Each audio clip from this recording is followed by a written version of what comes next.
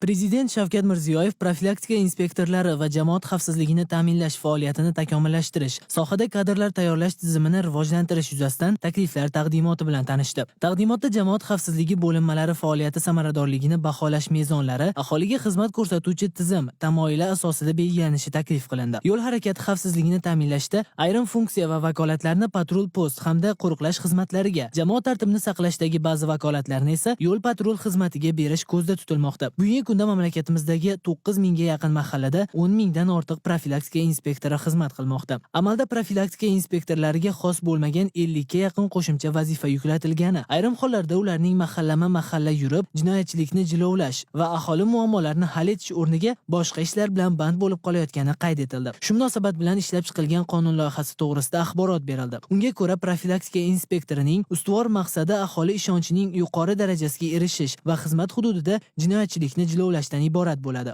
U xizmat hududida tergovga qadar tekshiruv va profilaktikani amalga oshiruvchi mansabdor shaxs hisoblanadi. Profilaktika inspektoriga faqat qonun bilan belgilangan vazifalar yuklanadi. Uning huquqlari, sha'ni, qadr-qimmati va ishchanlik obro'si davlat himoyasi ostida bo'ladi. Loyihaga ko'ra, profilaktika inspektorining kasbiy faoliyatiga aralashish, unga taalluqli bo'lmagan topshiriqlar va asossiz yuklamalar berish taqiqlanadi. Shu bilan birga, profilaktika inspektori zimmasiga ichki ishlar organlari xodimlarining kasbiy madaniyat va xizmat intizomi kodeksiga qat'iy rioya qilish, huquqbuzarliklar to'g'risida fuqarolarning har qanday shakldagi murojaatlarini qabul qilish va tezkorlik bilan munosabat bildirish, huquqbuzarlik sodir etilgan joyga darhol yetib kelish va tekshirish, jabrlangan fuqarolarga birinchi tibbiy yoki boshqa turdagi yordam ko'rsatish kabi majburiyatlar yuklatiladi. Profilaktika inspektorlariga qo'shimcha vakolatlar ham berilishi rejalashtirilgan. Jumladan, ayrim ma'muriy huquqbuzarliklar bo'yicha ma'muriy jazo qo'llash vakolati kengaytiriladi. Ayrim moddalar bo'yicha ma'muriy ogohlantirish jazosini qo'llash imkoniyati yaratiladi. Taqdimotda jamoat xavfsizligini ta'minlash uchun har tomonlama yetuk kadrlarni tayyorlash masalasiga ham e'tibor qaratildi. Chunki mahalla va tuman darajasida ishlayotgan xodimlar har qanday vaziyatda